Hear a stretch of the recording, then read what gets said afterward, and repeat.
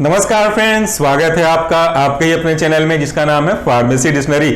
आज हम आपकी वोकैबुलरी को स्ट्रॉन्ग करने के लिए जिस वर्ड को आपके ब्रेन में इंस्टॉल कर रहे हैं, आज का ये वर्ड है फिजिकल एंटागोनिज्म, या यूं कह लीजिए कि फिजिकल एंटागोनिज्म। ऐसे कई वर्ड होंगे जो आपको सुनने में सेम लग रहे होंगे, लेकिन उनके काम करने के तरीके, मैकेनिज्म ऑफ एक्शन के हिसाब से ये अलग अलग क्लासिफाई किए गए हैं। आज का जो वर्ड है फिजिकल एंटागोनिस्ट, इसमें दो वर्ड हैं, पहला है फिजिकल और दूसरा है एंटागोनिस्ट। तो सबसे पहले आप दूसरे वर्ड का मतलब भी समझ लीजिए। एंटागोनिस्ट ऐसे एजेंट होते हैं जो कि एगोनिस्ट को उनके रेस्पेक्टिव बाइंडिंग साइट, जिसे हम रिसेप्टर कहते हैं, या किसी और सिग्नल मॉलिक्यूल को या लिगेंड मॉलिक्यूल को उनके respective binding site, that means again receptor, इनमें बाइंड होने नहीं देते हैं।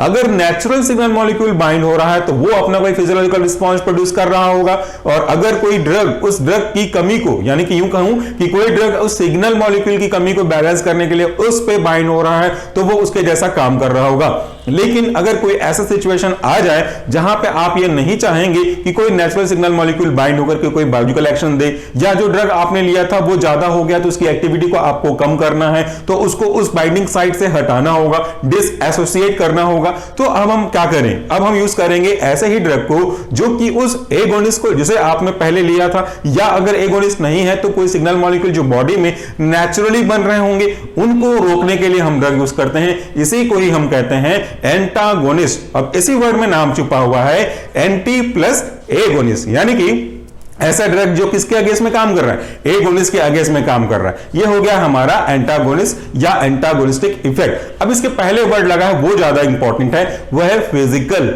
यानी कि वो उनके फिजिकल प्रॉपर्टी के हिसाब से, फिजिकल नेचर के हिसाब से उनके एक्टिविटी को नलीफाई करे। किसकी एक्टिविटी को? एगोनिस्ट की एक्टिविटी को, या तो सिग्नल मॉलिक्यूल की एक्टिविटी को, तभी तो इसे हम कहेंगे फिजिकल एंटागोनिस्ट। चलिए मैं आपको एक डायग्राम ड्रॉ करके बताता हूं ताकि हम इसमें आराम से समझ सकें। मान लेते हैं कि ये हमारा जीआईटी है, ठीक है। इस जीआईटी में किसी व्यक्ति ने जानबूझ करके या गलती से कोई ऐसा ड्रग ले लिया है जो उसकी बॉडी के लिए सही नहीं है, यानी कि कोई पॉइजनस मटेरियल ले लिया। सो ये जो पॉइजनस मटेरियल है अब उसकी बॉडी में या उसके स्टमक में आ चुका है। अगर उसका ट्रीटमेंट नहीं किया जाए समय पे, या उसको रोकने के लिए कोई ड्रग का एडमिनिस्ट्रेशन ना किया जाए, तो समय के साथ साथ ये ड्रग है वो आपके स्मॉल इंटेस्टाइन की ओर बढ़ेगा, आगे भी जा सकता है, लेकिन मेजरली आपके स्मॉल इंटेस्टाइन की ओर आएगा, और यहां से इस ड्रग का एब्जॉर्प्शन हो जाएगा। इस वर्ड पे ध्यान दीजिए, एबी, एब्जॉर्प्शन हो जाएगा, और ये फिर आपके ब्लड में पहुंच करके टॉक्सिसिटी डेवलप करने लगेगा। यही तो होता है नॉर्मली, जब कभी ये चीजें होती हूं तो ये टॉक्सिसिटी डेवलप करने लगेगा।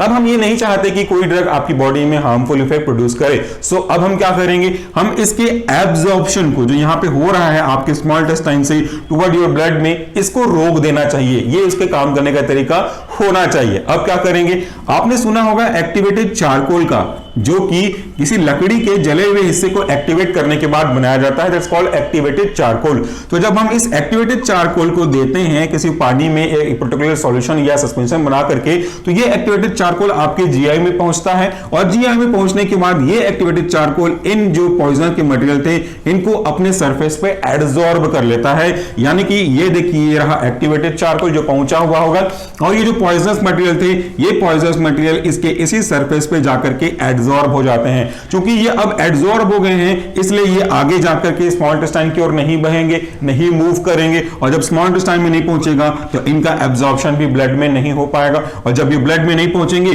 तो इनकी टॉक्सिसिटी भी डेवलप नहीं होगी। ये रहा हमारा आज का ड्रग, जिसने बताया फिजिकली एब्जॉर्ब करके या फिजिकली एडसॉर्ब करके अलग अलग ड्रग का अलग अलग नेचर होता है, वो अपना काम करते हैं। हमारे इस एंटागोनिस्टिक इफेक्ट के लिए फिजिकल एंटागोनिस्ट के रूप में आज ये सब ड्रग की बात की है। ये एक्टिवेटेड चारकोल है, इसने एडसॉर्प्शन के प्रिंसिपल को फॉलो किया, एडी वाले प्रिंसिपल को फॉलो किया। तो ये था आपका आज का वर्ड फिजिकल एंटागोनिस्ट। उम्मीद करता हूं कि ये कॉन्सेप्ट अब आपके दिमाग में पूरी तरह से इंस्टॉल हो गया होगा और इसकी वैलिडिटी लाइफ टाइम रहेगी। Thank you very much for watching this video. Take care.